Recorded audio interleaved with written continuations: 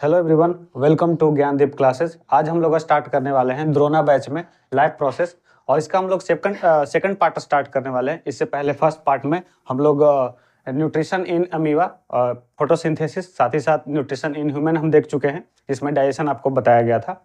इस पार्ट में हम लोग रेस्पिरेशन, सर्कुलेटरी सिस्टम और एक्सक्रीशन को देखकर इस पूरे चैप्टर को एंड करेंगे। ठीक है, उसके बाद हम लोग सेकंड चैप्टर स्टार्ट करेंगे बायोलॉजी का। फिलहाल इस चैप्टर को हम लोग स्टार्ट करते हैं, जो कि इसका सेकंड पार्ट है वीडियो का। पहला पार्ट का जो लिंक है आपको डिस्क्रिप्शन में मिल जाएगा। इसका हम स्टार्ट करते हैं सेकंड पार्ट को। पहला है, देखिएगा रेस्पिरेशन क्या होता है। तो रेस्पिरेशन एक ऐसा प्रोसेस है जिसमें कि हम लोग एयर के थ्रू हम लोग क्या करते हैं, ग्लूकोज को ब्रेक डाउन करते हैं, यानी कि ऑक्सीजन के प्रेजेंस में सेलुलर रेस्पिरेशन के थ्रू हम लोग ऑक्सीजन को ब्रेक डाउन करते हैं, ग्लूकोज को ब्रेक डाउन करते हैं ऑक्सीजन की मदद से, और हम लोग क्या बनाते हैं, उससे एनर्जी निकालते हैं। इसी को हम लोग क्या बोलते हैं, रेस्पिरेशन बोलते हैं। तो क्या हो गया, breakdown of glucose in presence of O2 is called respiration. इसको क्या बोलते हैं, रेस्पिरेशन बोलते हैं। ठीक, आगे आपको बताते हैं कि रेस्पिरेशन में इन्वॉल्व किस चीज क्या क्या होता है। तो सबसे पहले तो इन्वॉल्व होता है गैसेस एक्सचेंज, यानी कि ब्रीदिंग। हम लोग जो सांस लेते हैं और सांस जो छोड़ते हैं शरीर से बाहर, उसको हम लोग क्या बोलते हैं, ब्रीदिंग बोलते हैं, और इसी को हम लोग क्या बोलते हैं, गैसेस एक्सचेंज बोलते हैं। हमारे बॉडी में ढेर सारे ऑर्गन्स है जिसके थ्रू हम लोग क्या करते हैं कि हम लोग ऑक्सीजन को इनहेल करते हैं, फिर वो लंग्स में जाता है, और लंग्स में जाने के बाद फिर कहाँ जाता है, ब्लड के थ्रू बॉडी के टिश्यू पार्ट में पहुंचता है। उसके बाद फिर वो हम लोग सेलुलर रेस्पिरेशन के थ्रू क्या करते हैं, ग्लूकोज को ऑक्सीजन के प्रेजेंस में ब्रेक डाउन करते हैं और उसे पायरुवेट में कन्वर्ट करते हैं, यानी कि उसको एटीपी में कन्वर्ट करते हैं। और एटीपी क्या है, एक फॉर्म ऑफ एनर्जी है। ठीक है, समझ में आ गया होगा कि ये गैसेस एक्सचेंज क्या होता है। सेलुलर रेस्पिरेशन देखते हैं कि क्या होता है। आपको जो अभी जस्ट हम बताए हैं कि हम लोग सांस लेते हैं और फिर सांस छोड़ते हैं, और इसमें लंग इन्वॉल्व होता है, और ये नोस्ट्रिल और ये ट्रैकिया और ब्रोंकाई, ब्रोंक्यूल्स और बहुत सारे ऑर्गन्स इन्वॉल्व होता है। इसको हम लोग बोलते हैं ब्रीदिंग बोलते हैं, जिसको हम लोग सिंपली गैसेस एक्सचेंज भी बोल सकते हैं। अब जो सेलुलर रेस्पिरेशन है, ये जो ऑक्सीजन हम लोग बॉडी में इंटेक किए हैं, ये जाएगा टिश्यू में, और टिश्यू में जाके क्या होगा, ब्रेक डाउन होगा। इसी को हम लोग क्या बोलते हैं, सेलुलर रेस्पिरेशन। और इस सेलुलर रेस्पिरेशन के थ्रू ही क्या होता है, एनर्जी का प्रोडक्शन होता है, जो कि माइटोकॉन्ड्रिया में होता है। ठीक है, अब सबको पता होगा, ये बहुत ही कॉमन चीज है। आगे हम लोग बताते हैं कि जो ग्लूकोज है ना, ये किन किन सारे प्रोसेस से टूटता है, और इसमें अलग अलग जो पाथवे है वो कौन कौन सा इन्वॉल्व होता है, ये हम लोग देखते हैं। तो मान लीजिए कि सबसे पहले तो ग्लूकोज है, जिसका फॉर्मूला C6H12O6 होता है। ये क्या होता है, ये हमारे बॉडी में डाइजेशन के थ्रू प्राप्त होता है। हम लोग जो खाना खाते हैं वो डाइजेशन में क्या करते हैं, ग्लूकोज को हम लोग ब्लड में लाते हैं, एब्जॉर्प्शन के थ्रू, एसिमिलेशन के थ्रू। ठीक है, आई होप आप सबको पता होगा। ठीक है, इसके बाद हम लोग क्या करते हैं कि ऑक्सीजन के प्रेजेंस में इसको हम लोग किसमें कन्वर्ट करते हैं, ग्लूकोज पायरुवेट में कन्वर्ट करते हैं, जो कि इसको हम लोग क्या बोलते हैं, एटीपी भी बोलते हैं, यानी कि एक फॉर्म ऑफ एनर्जी है, जो कि बॉडी को क्या देता है, एनर्जी देता है। कोई भी प्रोसेस को काम करने के लिए एक तरह का फॉर्म ऑफ एनर्जी है। ठीक है, आगे हम लोग देखते हैं क्या ऐसा रेस्पिरेशन जिसमें कि ऑक्सीजन अब्सेंस है, ऐसा रेस्पिरेशन हो रहा है जिसमें कि ऑक्सीजन है ही नहीं। ठीक है ना, इसको हम लोग क्या बोलते हैं, हम लोग इसको सबसे पहले तो हम एनारोबिक बोलते हैं, लेकिन अब इसको समझाते हैं कि होता क्या है। मान लीजिए कि एक ग्लूकोज है किसी सेल में, और यहाँ पे ऑक्सीजन है नहीं, O2 नहीं है। ठीक है ना, तो इसके लिए क्या होगा कि अगर ऐसा रेस्पिरेशन होता है तो क्या होता है, उसमें इथेनॉल बनता है, CO2 बनता है, और एनर्जी बनता है। यानी कि इसमें क्या बनता है, इथेनॉल बनता है, पायरुवेट नहीं बनता, इथेनॉल बनता है। और ये ज्यादातर ऐसे ऑर्गेनिज्म में होता है जिसमें कि ऑक्सीजन मतलब कि एरोबिक रेस्पिरेशन नहीं होता है। ठीक है, आई होप कि समझ में आ गया होगा। ठीक है, जिसमें कि कार्बन डाइऑक्साइड और एनर्जी बनता है, और ये जो एनर्जी बनता है ये काफी कम बनता है। जो एरोबिक रेस्पिरेशन होता है जिसमें कि ऑक्सीजन प्रेजेंट होता है, उसके मुकाबले में ये जो एनर्जी होता है काफी ज्यादा कम प्रोड्यूस होता है। आई होप सबको पता होगा। ठीक है, और कार्बन डाइऑक्साइड प्रोड्यूस होता है, और इसका जो एक और प्रोडक्ट है, इसका नाम क्या है, इथेनॉल, ये प्रोड्यूस होता है। ठीक है, बहुत सारे ऑर्गेनिज्म है जिसमें कि एनारोबिक रेस्पिरेशन होता है, और इथेनॉल एक खास लेवल से ऊपर बढ़ जाता है, किसी खास लेवल से ऊपर बढ़ जाता है, तो क्या होता है, उस ऑर्गेनिज्म का डेथ भी हो जाता है। ठीक है, अब सबको पता होगा इस चीज के विषय में। अब देखते हैं कि अगर ऑक्सीजन नहीं है, यानी कि पूरी तरह से एब्सेंट है, तो क्या बनता है, और ऑक्सीजन है लेकिन कम है। ठीक है ना, जितना उसको चाहिए उतना मिल नहीं पा रहा है, तो क्या होता है, जैसे कि होता है, ऐसा समझिए कि कभी कभी हम लोग बहुत ही इंटेंस एक्सरसाइज करते हैं या अचानक से दौड़ने लगते हैं, तो कभी कभी क्या होता है, मस्कुलर क्रैम्प आ जाता है, यानी कि मसल्स में ऐसा लगता है कि दर्द उठ गया है, ठीक है ना, उस कंडीशन में क्या होता है कि मसल्स को जितना काम करने के लिए ऑक्सीजन चाहिए, जितना उसको चाहिए उतना बॉडी हमारा सप्लाई नहीं कर पा रहा है। जैसे आप लोग देखते हो कि अगर हम लोग तेज दौड़ते हैं तो हमारा जो ब्रीदिंग रेट है, यानी जो रेट ऑफ ब्रीदिंग है, ये क्या होता है, काफी ज्यादा बढ़ जाता है, क्योंकि मसल्स को बहुत ज्यादा ऑक्सीजन चाहिए काम करने के लिए। और इसको भरपाई करने के लिए क्या करता है कि हमारा जो लंग्स है वो तेज तेज सांस लेना शुरू करता है। तो अगर मान लीजिए कि मसल्स को बहुत ज्यादा ऑक्सीजन का जरूरत है, लेकिन उतना ऑक्सीजन मिल नहीं पा रहा है, उस कंडीशन में क्या होता है कि जो ग्लूकोज है वो लैक्टिक एसिड में कन्वर्ट हो जाता है और क्या बनाता है, बहुत कम एनर्जी बनाता है, ठीक है। और ये जो लैक्टिक एसिड है, यही हमारे मसल्स में क्या होता है कि कलेक्ट हो जाता है, और इसी कलेक्शन की वजह से क्या होता है कि मस्कुलर क्रैम्प हो जाता है। मसल्स के जो सेल्स होता है उसमें क्या होता है, लैक्टिक एसिड जम जाता है, इसकी वजह से क्या होता है, हम लोग को बहुत ज्यादा दर्द होता है, ठीक है ना। इसी को हम लोग क्या बोलते हैं, मस्कुलर क्रैम्प के नाम से भी जानते हैं। और ये क्या होता है, जब ऑक्सीजन का मात्रा कम होता है तो एक तो होता है पूरी तरह एब्सेंट, और दूसरा क्या है जिसमें कम हो जाता है, ऑक्सीजन का मात्रा क्या होता है कम, जितना चाहिए उतना मिल नहीं पाता, ठीक है। ये पहला पाथवे था कि ऑक्सीजन पूरी तरह से एब्सेंट है, और दूसरा पाथवे था कि ऑक्सीजन है वो आधा है या कम है, जितना चाहिए उतना नहीं है, ठीक है, यानी लैक ऑफ ऑक्सीजन है।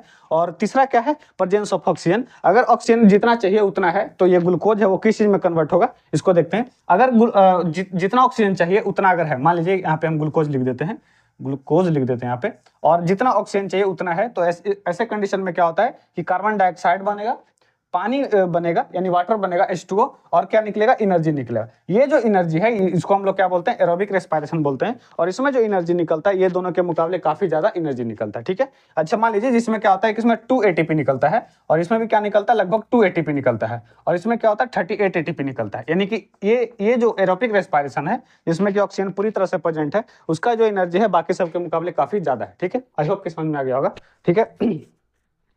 ये तीनों पाथवे आपको अच्छे से समझना है कि अगर ऑक्सीजन पूरी तरह से एब्सेंट रहा तो क्या होगा, अगर ऑक्सीजन का लैक हुआ तो क्या होगा, यानी ऑक्सीजन जितना चाहिए उतना नहीं मिल रहा है तो क्या होगा, और ऑक्सीजन का प्रेजेंस है, पूरी तरह से प्रेजेंस है, जितना चाहिए उतना मिल रहा है। जैसे नॉर्मल हम लोग का जो ब्रीदिंग है, जैसे हम अभी सांस ले रहे हैं तो जितना ऑक्सीजन चाहिए उतना मिल रहा है, तो ऐसे में क्या होगा कि मेरे बॉडी का जो ग्लूकोज है वो किस में कन्वर्ट होगा, कार्बन डाइऑक्साइड में, जो कि ब्रीदिंग, और जब हम लोग ब्रीद आउट करते हैं, एक्सहेल करते हैं तो बाहर आएगा बॉडी से, और क्या बनेगा, पानी बनेगा माइन्यूट अमाउंट में, यानी H2O बनेगा, और क्या बनेगा, एनर्जी बनेगा। कितना बनेगा, 38 ATP। वैसे 40 ATP बनता है, इसके विषय में आपको क्लास 11th में पढ़ना है, यहाँ पे आपको नहीं पढ़ना है, ठीक है। आगे देखते हैं फॉर्म ऑफ रेस्पिरेशन। एक होता है एरोबिक रेस्पिरेशन होता है, और एक होता है एनोरोबिक। ये जो आपको बताया कि अब्सेंस ऑफ ऑक्सीजन और प्रेजेंस ऑफ ऑक्सीजन, इसी को हम लोग एरोबिक और नॉन एनएरोबिक के नाम से जानते हैं। जैसे आपको बताते हैं कि अगर पूरी तरह से ऑक्सीजन प्रेजेंट रहा तो इसको हम लोग क्या बोलेंगे, एरोबिक रेस्पिरेशन। यानी कि क्या हुआ कि अब्सेंस प्रेजेंस ऑफ ऑक्सीजन के अगर ऑक्सीजन के प्रेजेंस में ग्लूकोज टूट रहा है तो उसको हम एरोबिक रेस्पिरेशन बोलते हैं, और ऑक्सीजन के एब्सेंस में अगर ग्लूकोज टूटता है तो उसको हम एनारोबिक रेस्पिरेशन बोलते हैं, ठीक है। सबसे पहले तो उसका प्लेस देख लीजिए। एरोबिक रेस्पिरेशन कहाँ पे होता है, माइटोकॉन्ड्रिया में होता है। कहाँ पे होता है, सेल के माइटोकॉन्ड्रिया में होता है। ऑक्सीजन पूरी तरह से प्रेजेंस होता है, ऑक्सीजन का प्रेजेंस होता है। और ये जो एनारोबिक रेस्पिरेशन होता है वो क्या होता है कि जब ग्लूकोज को ऑक्सीजन नहीं मिलता, ऑक्सीजन प्रेजेंट नहीं होता है तो क्या होता है, उसको हम लोग बोलते हैं एनारोबिक रेस्पिरेशन। और इसमें क्या बनता है, एथेनॉल बनता है, कार्बन डाइऑक्साइड बनता है और एनर्जी बनता है। इसका जो प्लेस है वो क्या है, साइटोप्लाज्म है। ये साइटोप्लाज्म में ये टेक प्लेस करता है। साथ ही साथ ऑक्सीजन इसमें क्या होता है, अब्सेंस होता है। इसमें मोर एनर्जी प्रोड्यूस होता है एरोबिक रेस्पिरेशन में, और इसमें एनर्जी क्या होता है, लेस एनर्जी प्रोड्यूस होता है। आप सबको पता होगा इसके विषय में, ये रिवीजन क्लास चल रहा है तो इससे पहले तो आप लोग अच्छे से पढ़े ही होंगे, ठीक है। आगे हम लोग देखते हैं ये जो रेस्पिरेटरी ऑर्गन्स है कि हम लोग जो सांस लेते हैं वो कौन कौन से पैसेज के थ्रू अंदर जाता है और फिर वो बाहर कैसे आता है, इन सारे पैसेज को हम लोग देखते हैं। सबसे पहले तो समझिएगा, ये नाक का जो दो ये ओपनिंग है आगे वाला, इसको हम लोग क्या बोलते हैं, नॉस्ट्रिल बोलते हैं, ठीक है ना। ये जो नाक का दोनों ओपनिंग है इसको क्या बोलते हैं, नॉस्ट्रिल बोलते हैं। ऐसे समझ लीजिए, इसको हम ऐसे बनाते हैं तो दो ओपनिंग हो गया, इसको हम लोग क्या बोल रहे हैं, नॉस्ट्रिल बोल रहे हैं। नॉस्ट्रिल से एयर कहाँ जाता है, नेसल पैसेज में जाता है। ये ओपनिंग के बाद अंदर हल्का सा जो एक फ्लैट एरिया है जहाँ पे कि हेयर्स लाइक स्ट्रक्चर होता है और म्यूकस प्रेजेंट होता है, ताकि जो बाहर से हवा जा रहा है उसको टेम्परेचर कम किया जा सके या ज्यादा किया जा सके, यानी टेम्परेचर को रेगुलेट कर सके। साथ ही साथ जो बाहर से आने वाला जो गंदगी है, धूल डस्ट है, उसको भी क्या कर सके, फिल्टर कर सके। इसीलिए जो नेसल पैसेज होता है उसमें क्या होता है, हेयर्स प्रेजेंट होता है, और क्या होता है, म्यूकस का लेयर प्रेजेंट होता है, ताकि बाहर से आने वाले गैस को वो क्या कर सके, जो हम लोग सांस ले रहे हैं अंदर जो उस गैस है उसको टेम्परेचर को क्या कर सके, रेगुलेट कर सके। आई होप ये समझ में आ गया होगा। नेसल पैसेज के बाद ये जो एयर है वो कहाँ जाता है, नेसल चैम्बर में जाता है। यहाँ पे नेसल चैम्बर हम छोड़ दिए हैं, इसको हम लिख देते हैं नेसल चैम्बर। नेसल चैम्बर।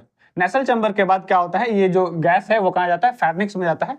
फेर्निक एक ऐसा जगह है जहां से कि फूड पाइप और एयर पाइप दोनों क्या होता है, अलग होता है, और इसके ऊपर क्या होता है, एक एपिग्लोटिस नाम का स्ट्रक्चर होता है, जो कि अगर हम लोग खाना खाते हैं तो टेम्पोरली वो क्या करता है कि जो एयर पाइप है उसको क्लोज करता है, और जब हम लोग सांस लेते हैं तो टेम्पोरली क्या करता है, वो फूड पाइप को क्लोज करता है। इसलिए कभी कभी क्या होता है कि मान लीजिए कि खाना खाते खाते हम लोग बोलते हैं, तो उस कंडीशन में क्या होता है, एपिग्लोटिस का जो मूवमेंट होता है वो इरेगुलर होता है। उस कारण क्या होता है कि जो खाना है वो फूड पाइप में ना जाकर वो एयर पाइप में चल जाता है, जिसके कारण हम लोगों को क्या होता है, खांसी होने लगता है, कफिंग होने लगता है, और फिर नाक से चावल वगैरह निकलने लगता है। ये बहुत ही कॉमन फेनोमेना है, ठीक है। आई होप कि समझ में आ गया, एपिग्लोटिस समझ में आ गया। ग्लोटिस होता है, उसके ऊपर वाला एक मस्कुलर स्ट्रक्चर होता है जिसको हम लोग एपिग्लोटिस बोलते हैं, ठीक है। ठीक है, आगे देखते हैं। फेर्निक्स क्या होता है। फेर्निक्स आपको जैसे बताया कि एक ऐसा जगह जहां से कि फूड पाइप और एयर पाइप यानी विंड पाइप दोनों क्या होता है, सेपरेट होता है। विंड पाइप जाता है लंग्स में और फूड पाइप जाता है, जिसको ओसोफेगस बोलते हैं, वो जाता है स्टोमक में, ठीक है। आगे देखते हैं लैरिंक्स क्या होता है। लैरिंक्स एक ऐसा जगह है, इसको देख लीजिए, जहां से कि क्या होता है, वोकल कॉर्ड होता है और यहीं से साउंड प्रोड्यूस होता है। इसको सिंपली नॉर्मल शब्दों में इसको आप साउंड बॉक्स भी कह सकते हो, ठीक है। ट्रैकिया एक पाइप है जिसको विंड पाइप बोलते हैं हम लोग। वो क्या है, एक ट्रैकिया क्या है, एक विंड पाइप है, और इसके आसपास में क्या होता है, इसको चारों तरफ क्या होता है, एक सी शेप कार्टिलेजिनस रिंग रहता है, जिसको हम हाइलिन कार्टिलेज बोलते हैं। यानी ऐसे समझ लिए कि मान लीजिए ये पाइप है, तो इसको क्या होता है कि आधे तरफ से ऐसे सी शेप नाम का एक सी शेप कार्टिलेज इसको क्या रहता है, ऐसे घेरे हुए रहता है, और इसका नाम क्या है, हाइलिन रहता है। ये आधा इनकम्प्लीट रिंग रहता है, पूरा कंप्लीट रिंग नहीं रहता है, इसलिए इस सी शेप इसको बोलते हैं। ये क्या करता है कि अगर मान लीजिए कि किसी तरह से प्रेशर कम हुआ या वॉल्यूम ज्यादा हो गया, उस कंडीशन में ट्रैकिया को क्या कर सकता है, कोलैप्स कर सकता है। उससे बचाने के लिए ये जो सी शेप कार्टिलेजिनस रिंग रहता है वो ट्रैकिया में प्रेजेंट रहता है, ठीक है। आगे बताते हैं कि जब ट्रैकिया नीचे मूव करता है तो फिफ्थ थोरैसिक वर्टेब्रे पे, यानी समझ लिए कि जो ऊपर वाले जो वर्टिब्रा है, ये जिसको हम लोग बोलते हैं, हम लोग रिब्स बोलते हैं, जब वो फिफ्थ पे पहुंचता है तो क्या करता है कि ये दोनों लंग्स में ये ब्रोंकाई के रूप में क्या होता है, दोनों डिवाइड हो जाता है, ठीक है। इसको हम लोग क्या बोलते हैं, ब्रोंकाई बोलते हैं। ये ब्रोंकाई समझ लिए कि एक पाइप है जो कि दोनों लंग्स में जा रहा है, ठीक है। अभी जो ब्रोंकाई है आगे चल के ब्रोंक्यूल्स में सेकेंडरी ब्रोंकाई में कन्वर्ट होता है, यानी सेकेंडरी ब्रोंकाई में टूटता है, यानी उसे और पतला पाइप हो जाता है, और इवेंचुअली ये सबसे लास्ट में सबसे पतला वाला जो पाइप है इसको हम लोग क्या बोलते हैं, ब्रोंकाई बोलते हैं। और यहाँ पे क्या होता है, जिससे इसको आपको हम थोड़ा सा कोशिश करते हैं कि अच्छे से समझा दें कि मान लीजिए ये क्या है, एक पाइप है, और ये क्या है, ब्रोंकाई है। क्या है ये, ब्रोंकाई है, और आगे चल के ब्रोंकाई किस में कन्वर्ट होगा, ब्रोंक्यूल्स में कन्वर्ट होगा। किस में कन्वर्ट होगा, ब्रोंक्यूल्स में, ब्रोंकियोल्स, ब्रोंक्यूल्स में कन्वर्ट होगा। अब ये जो ब्रोंक्यूल है, इसके एंड पे क्या होता है, एक गोल स्ट्रक्चर रहता है, जिसको हम लोग क्या बोलते हैं, एल्वियोलाई बोलते हैं। क्या बोलते हैं, एल्वियोलाई बोलते हैं। एक एल्वियोलाई एक छोटा सा ऐसा समझ लो कि एल्वियोलाई एक छोटा सा बैगी स्ट्रक्चर है, जिसके अंदर ढेर सारा जो ब्लड वेसल्स है उसका ढेर सारा सप्लाई है, ताकि उसके आसपास से ब्लड गुजरे तो ऑक्सीजन का डिफ्यूजन आराम से हो सके। मान लीजिए कि देख लीजिए यहाँ पे क्या है, एल्वियोलाई है, तो इसके आसपास अगर ब्लड का वेसल जाता है तो इसका जो ऑक्सीजन है, इसमें जो ऑक्सीजन आ रहा है अंदर से एल्वियोलाई में, वो आसानी से ब्लड में डिफ्यूज हो पाए, ठीक है। ये जो वेसल्स है इसका 2-3 लेयर होता है, इसके बाहर भी एक लेयर होता है जिसको प्लूरा बोलते हैं। इस सब के विषय में आपको क्लास 11th में मिलेगा, यहाँ पे ज्यादा कुछ डिटेल है नहीं। आई होप कि ये जो लंग्स का स्ट्रक्चर है वो समझ में आ गया होगा।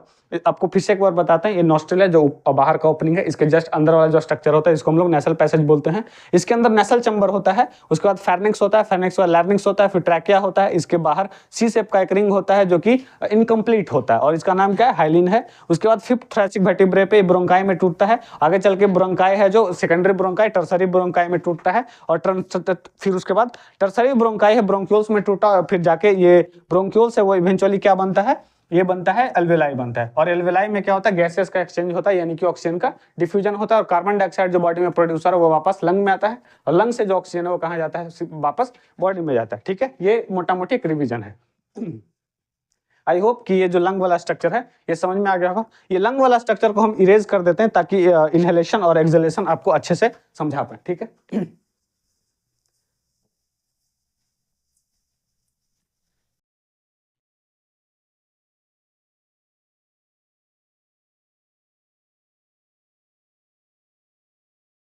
चलिए अब हम लोग ये जो ब्रीदिंग है यानी कि जो हम लोग सांस लेते हैं, जो प्रोसेस है, इसको हम लोग समझते हैं कि ये कैसे काम करता है।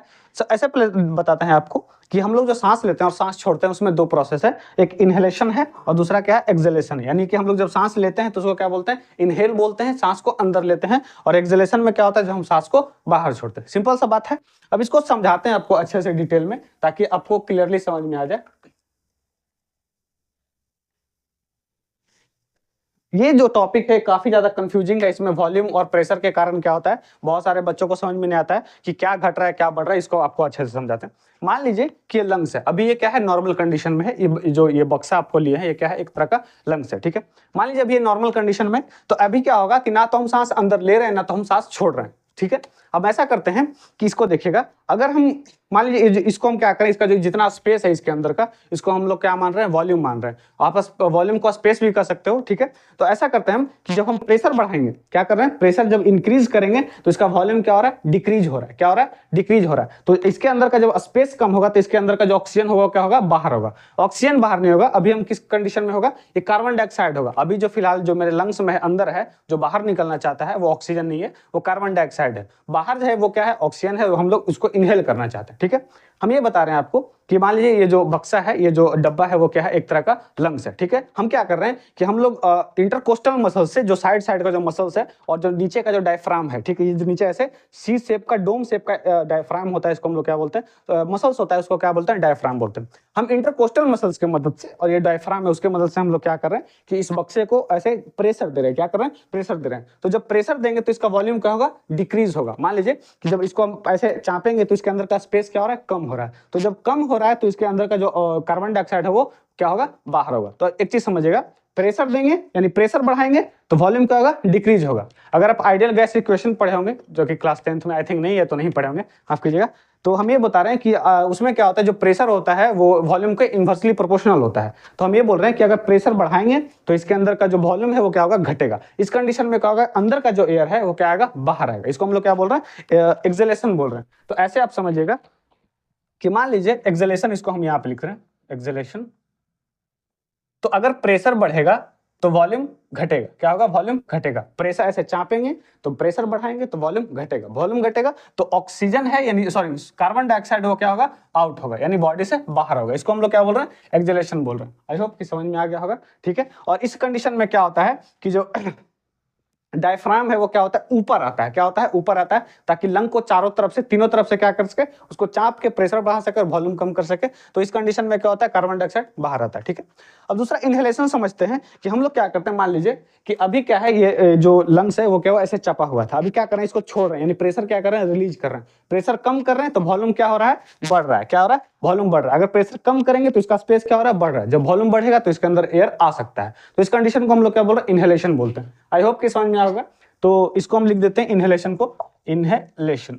इनहेलेशन को क्या होता है कि अगर प्रेशर डिक्रीज करेंगे तो वॉल्यूम इंक्रीज करेगा। क्या करेगा, वॉल्यूम इंक्रीज करेगा। और जब वॉल्यूम इंक्रीज करेगा तो सिंपली आप समझ सकते हो कि स्पेस इंक्रीज करेगा। स्पेस इंक्रीज करेगा तो इसके अंदर जो O2 है वो बाहर अंदर आ सकता है। क्या कर सकता है, अंदर आ सकता है। तो इसको, इस कंडीशन को हम लोग क्या बोल रहे हैं, ब्रीद इन बोल रहे हैं। और ऊपर वाली कंडीशन जो एक्सेलेशन जिसको बोलते हैं, इसको क्या बोल रहे हैं, ब्रीद आउट बोल रहे हैं, ठीक है। तो ये प्रोसेस है, पूरा मैकेनिज्म है ब्रीदिंग का, जिसमें हम लोग क्या करते हैं कि सांस लेते हैं और सांस छोड़ते हैं, ब्रीद इन और ब्रीद आउट। आई होप कि ये टॉपिक समझ में आ गया होगा, ठीक है।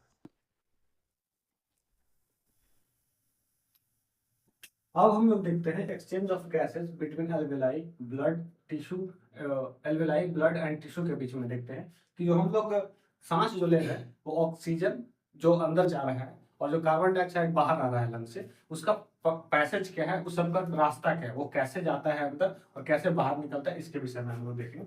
आप समझिएगा पहले कि जो हम लोग सबसे पहले जो एयर हम लोग अंदर खींचते हैं, जो ब्रीद इन करते हैं, वो क्या होता है, ऑक्सीजन क्या होता है, बाहर होता है, जो कि नेसल नॉस्ट्रिल के थ्रू नेसल पैसेज में अंदर जाता है। इतना समझ में आ रहा है, ठीक है। आगे समझिएगा कि जो O2 है वो क्या हुआ, एयर है, वो लंग्स में जाता है, किसके थ्रू, ये जो हम लोग अभी जो रेस्पिरेटरी सिस्टम में ढेर सारे ऑर्गन इन्वॉल्व है, जैसे कि ब्रोंकाई है, ट्रैकिया है, लैरिंक्स है, फेरिंक्स है, नॉस्ट्रिल चैम्बर है, नॉस्ट्रिल पैसेज है, और ये जो नॉस्ट्रिल है, इन सब के थ्रू क्या करता है, ऑक्सीजन क्या करता है, बॉडी में अंदर घुसता है, ठीक है।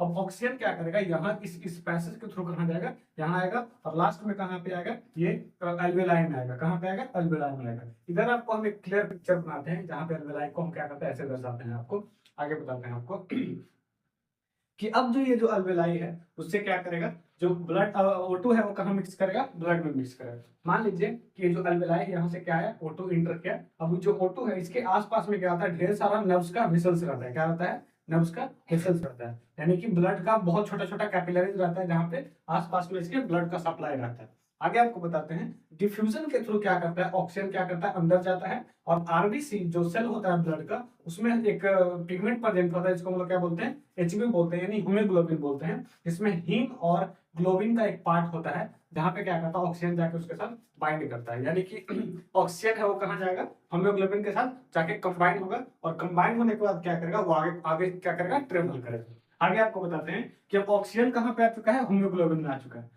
हम लोग क्या किए हैं कि नोस्ट्रिल के थ्रू बाहर वाले ऑक्सीजन को हम लोग इन किए हैं और इन करने के बाद फिर कहाँ है, तो ब्लड में आया है। ठीक है, और ये अल्वेलाई के थ्रू कहाँ पे आया है, ये ब्लड, ये क्या है, ब्लड स्ट्रीम इसको लिख देते हैं, ब्लड स्ट्रीम लिख देते हैं इसको। अब जो ये जो ऑक्सीजन है वो कहाँ आ चुका है, ब्लड में आ चुका है। अब आपको बताते हैं ये जो ऑक्सीजन है वो कहाँ पे जाएगा, टिश्यू के पास जाएगा। कहाँ जाएगा, टिश्यू के पास जाएगा। इतना समझ में आ रहा है आपको। अभी देखिए ये टिश्यू है, क्या है, टिश्यू है, एक ऐसा ऑर्गन है हमारे बॉडी का जहाँ पे क्या हो रहा है, सेलुलर रेस्पिरेशन हो रहा है और यहाँ पे क्या हो रहा है, कार्बन डाइऑक्साइड का प्रोडक्शन हो रहा है। अभी जो कार्बन डाइऑक्साइड है वो क्या करेगा कि टिश्यू से कहाँ आएगा, ब्लड में आएगा। कहाँ पे आएगा, ब्लड में आएगा। इधर देखिएगा, जो कार्बन डाइऑक्साइड प्रोड्यूस हुआ है टिश्यू में वो कहाँ पे आएगा, ब्लड में आएगा। कहाँ आएगा, ब्लड में। और ये जो कार्बन डाइऑक्साइड फिर किसके साथ क्या करेगा, ब्लड वेसल में घुस के क्या करेगा, हीमोग्लोबिन के साथ बाइंड करेगा। इतना चीज आप समझिएगा। ये जो टिश्यू है इसके बीच का जो एरिया है इसमें क्या होता है, जो ऑक्सीजन जो प्रेजेंट है ब्लड में वो आके यहाँ से क्या करेगा, टिश्यू में इंटर करेगा और जो कार्बन डाइऑक्साइड जो टिश्यू है, जो टिश्यू है वो कार्बन डाइऑक्साइड प्रोड्यूस किया वो कहाँ पे आएगा, ब्लड में आएगा। क्लास 11 में इसको पूरे डिटेल में बताया जाता है। इसमें ये जो ब्लड कैपिलरीज है इसका 2-3 लेयर होता है जिसके थ्रू क्या करता है, ये डिफ्यूज करता है। बहुत अलग अलग कंडीशन होता है यहाँ पे कि जो ऐसा कंडीशन आता है यहाँ पे क्या होता है कि ऑक्सीजन क्या होता है, यहाँ ऑक्सीजन छूट जाता है ब्लड से, यानी कि हीमोग्लोबिन प्लस जो ऑक्सीजन है और हीमोग्लोबिन प्लस कार्बन डाइऑक्साइड है। ठीक है, ये जो हीमोग्लोबिन प्लस ऑक्सीजन है और हीमोग्लोबिन प्लस कार्बन डाइऑक्साइड है, ये क्या करता है, अलग अलग ऑक्सीजन के कारण, अलग अलग कंडीशन के कारण क्या करता है कि हीमोग्लोबिन और ऑक्सीजन अलग होता है और हीमोग्लोबिन और कार्बन डाइऑक्साइड क्या करता है, अलग होता है। ठीक है, आपको एक बात बताते हैं कि एल्वेलाई में ऐसा कंडीशन प्रेजेंट होता है जिसके कारण क्या होता है कि ऑक्सीजन है वो आके हीमोग्लोबिन से बाइंड करता है और इसमें जो कार्बन डाइऑक्साइड रहता है वो क्या करता है, यहाँ से बाइंड छूटता है और कार्बन डाइऑक्साइड अंदर जाता है और ऑक्सीजन क्या करता है, ये ब्लड स्ट्रीम में आता है। ऐसे समझिएगा कि जो एल्वेलाई में जो ऑक्सीजन है वो ब्लड में आएगा और जो ब्लड में कार्बन डाइऑक्साइड है वो कहाँ जाएगा, एल्वेलाई में जाएगा। ये 11th क्लास में आपको रिस्पायरेटरी सिस्टम में पूरे इसके विषय में पढ़ना है आपको। आई होप कि आपको समझ में आ गया होगा कि अब ये जो टिश्यू पे जो ये कार्बन डाइऑक्साइड प्रोड्यूस हो रहा है वो कहाँ जाएगा, ब्लड में जाएगा और ब्लड से फिर कहाँ जाएगा, ब्लड वेसल्स में जाएगा। कितना क्लियर है। और जो जो ऑक्सीजन है वो कहाँ जाएगा, टिश्यू में वापस जाएगा ताकि सेलुलर रेस्पिरेशन हो सके और जो अंदर जो सेलुलर रेस्पिरेशन के दौरान जो कार्बन डाइऑक्साइड प्रोड्यूस हो वो कहाँ आएगा, ब्लड स्ट्रीम में आएगा। आई होप कि क्लियर होगा। ठीक है, अब देखिएगा, अब ये जो ब्लड स्ट्रीम है इसमें कार्बन डाइऑक्साइड है और ऑक्सीजन जो था पहले कहाँ चला गया है, टिश्यू में चला गया। अब ये जो कार्बन डाइऑक्साइड है वो कहाँ जाएगा, लंग्स में वापस जाएगा और लंग्स में वापस जाके मान लीजिए यहाँ पे एल्वेलाई है तो एल्वेलाई में CO2 वापस आएगा और ये एल्वेलाई क्या करेगा, लंग्स के थ्रू ये बाहर चल जाएगा, यानी कहाँ चल जाएगा, एटमॉस्फेयर में चल जाएगा। ये ब्रीथ इन हो रहा था और ये ब्रीथ आउट हो रहा है। ब्रीथ इन में ऑक्सीजन अंदर जा रहा है और ब्रीथ आउट में क्या हो रहा है, कार्बन डाइऑक्साइड बाहर जा रहा है। ठीक है, एक सेकंड फिर से बोलते हैं आपको कि ये जो कार्बन ऑक्सीजन है वो ब्रीथ इन में अंदर जा रहा था और कार्बन डाइऑक्साइड है वो ब्रीथ आउट में बाहर जा रहा है। ठीक है, आई होप कि समझ में आ गया होगा। अब देखिए समझिए इस बात को, जो टेरेस्ट्रियल एनिमल्स है, जो जमीन पर रहने वाले जो जानवर है, जीव जंतु है, वो क्या करता है, एटमॉस्फेयर में प्रेजेंट जो ऑक्सीजन रहता है उसको क्या करता है, इनहेल करता है। क्या करता है, इनहेल करता है। आई होप कि समझ में आ रहा होगा कि हम लोग जो सांस लेते हैं वो सांस जो हम लोग ले रहे हैं, ऑक्सीजन ले रहे हैं, वो क्या इन्वायरमेंट में जो एटमॉस्फेयर में प्रेजेंट ऑक्सीजन है उसको हम लोग क्या कर रहे हैं, इनहेल कर रहे हैं। ठीक है, और जो एक्वेटिक ऑर्गेनिज्म है, जो एक्वेटिक मैमल्स है, एक्वेटिक एनिमल्स है, वो क्या करता है, जो वाटर में जो डिजोल्व है ये ऑक्सीजन जो डिजोल्व है, जैसे वाटर में जो माइन्यूट अमाउंट में क्या होता है, ऑक्सीजन डिजोल्व रहता है और वो जो डिजोल्व है उसको क्या करता है, वो सांस के रूप में लेता है, यानी कि वो ब्रीथ इन करता है। और ये किसके थ्रू लेता है, गिल्स होता है जो कि ऑक्सीजन को वाटर से अलग करने में मदद करता है। ठीक है, यानी कि डिजोल्व ऑक्सीजन को क्या करता है, वो क्या करता है, सांस के रूप में ब्रीथ इन करता है। ठीक है, आई होप कि समझ में आ गया होगा दोनों। अब जो रेस्पिरेशन इन प्लांट है, यानी जो प्लांट कैसे सांस लेता है, कौन से ऑर्गन के थ्रू लेता है, इसके बारे में हम बताते हैं आपको। तो आपको हम ये बता रहे हैं कि जो सबसे पहले क्या होता है, जो लीफ है उसमें क्या होता है, स्टोमाटा होता है। इससे क्या होता है कि ऑक्सीजन क्या होता है, अंदर होता है, और जो कार्बन डाइऑक्साइड है वो बाहर होता है। एक चीज बताते हैं आपको कि जो प्लांट होता है उसमें फोटोसिंथेसिस होता है और रेस्पायरेशन होता है। एक बात बताते हैं आपको कि जो फोटोसिंथेसिस होता है उसमें कार्बन डाइऑक्साइड बाहर निकलता है और ऑक्सीजन अंदर आता है। लेकिन जो प्लांट में रेस्पायरेशन होता है वो बिल्कुल ह्यूमन जैसा होता है। रेस्पायरेशन के लिए ऑक्सीजन अंदर आता है, और जो उसमें के उस दौरान क्या होता है, जो रेस्पायरेशन के दौरान जो कार्बन डाइऑक्साइड बनता है या तो फोटोसिंथेसिस में यूज हो जाता है या तो फिर उसको बाहर निकाल दिया जाता है। जैसे रात के समय में जब सनलाइट प्रेजेंट नहीं होता है तो उस दौरान जो रेस्पायरेशन होता है उस दौरान क्या होता है, स्टोमाटा ओपन होता है, और होने के दौरान क्या होता है कि जो बाहर का ऑक्सीजन इन्वायरमेंट का वो प्लांट के अंदर आता है, और उससे क्या होता है, ग्लूकोज का ब्रेक डाउन होता है। आई होप कि समझ में आ गया होगा।